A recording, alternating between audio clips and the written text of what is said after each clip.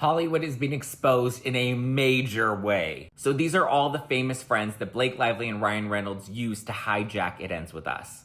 And no, it has nothing to do with any claims of SH. Their only claim is that Justin Baldoni was a doofus director. Blake never talks about any claims of being harassed on the set of It Ends With Us. They were just saying that they thought that Justin Baldoni was incompetent, and so they deserved to have the film. First up, the new face we got was Matt Damon.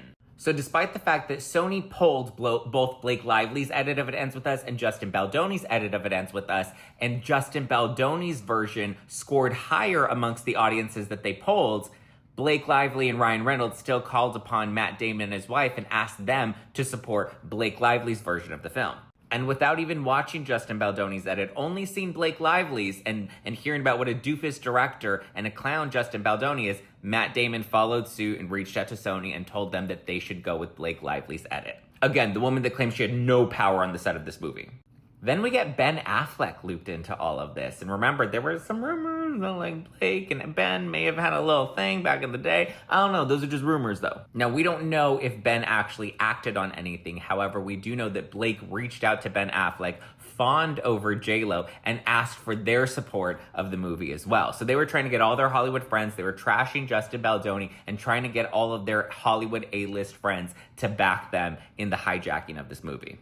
We also know that Gigi Hadid and Bradley Cooper got early access to view Blake's cut of the movie as well. Hugh Jackman was a huge supporter during the promotion of the film.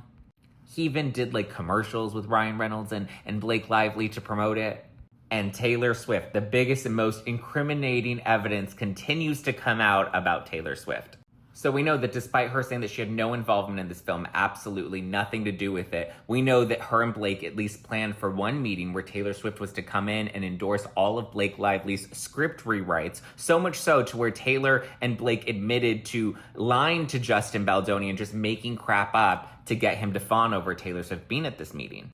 And then they were also upset that like Baldoni he said he wasn't too familiar with Taylor's music because he's not really involved in pop culture, and that seemed to have hurt their egos. And their text went on to say that this isn't the first time that Taylor's helped Blake with a project like this. And we see them troll Baldoni, not as a harasser, but as a clown, saying, "Welcome to Hollywood, Justin." And the interesting thing is that now appears that Taylor Swift was involved in the smear campaign narrative. So it appears it was Taylor Swift's bestie, Ashley Avignoni, that tipped off Blake. She was in touch with Stephanie Jones, who's the one that turned over Baldoni and his team's private text messages to them. You know, the ones that the New York Times cherry-picked and edited. The article that we now know Taylor Swift was aware of weeks in advance. Yeah, it's not looking good for them.